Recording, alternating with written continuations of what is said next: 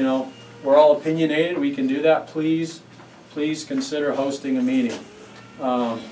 With that, Bob, do we want to go straight to the basics? I want to say, you can see how busy they are. Yes, yes. This may come to an end meeting here. Okay. Because they got very busy. Very busy. Okay. You know, and we can completely understand that. I guess, you know, push come to shove, we could always be outside. Yeah. You know, because the weather's cooling down. So you know, I thought coming into our swap meet is always so big. I'm going to ask you to cross the street for me, fair lot. Oh, okay, that'd be good. That's great. Twice as big. That's usually in February.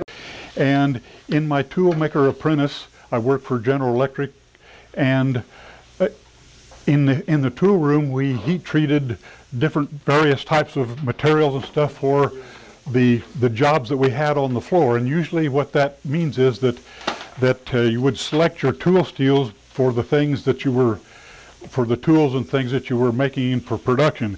And with saying that, most of the stuff usually reduced to maybe 2 or 3 different kinds of tool steels, because that's where the applications were. And we bought all of our tool steel from Carpenter Steel, and they have a maze here that shows, you know, how you can select your tool steels based on hardness, toughness, so on and so forth.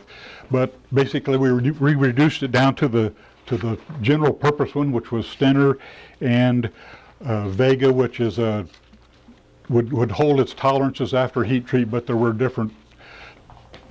You can purchase these locks and things like this from muzzleloading shops and things like that.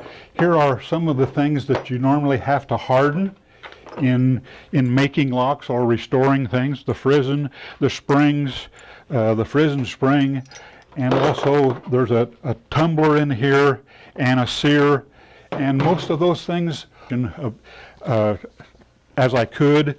The most important thing though was that I remembered by doing it by hand. I don't have an oven to do this, so now then I use a torch to do it.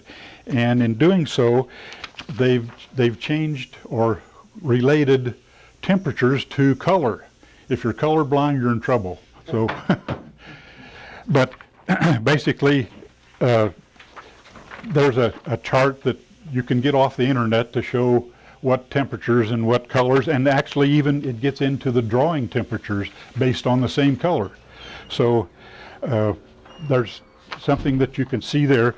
I found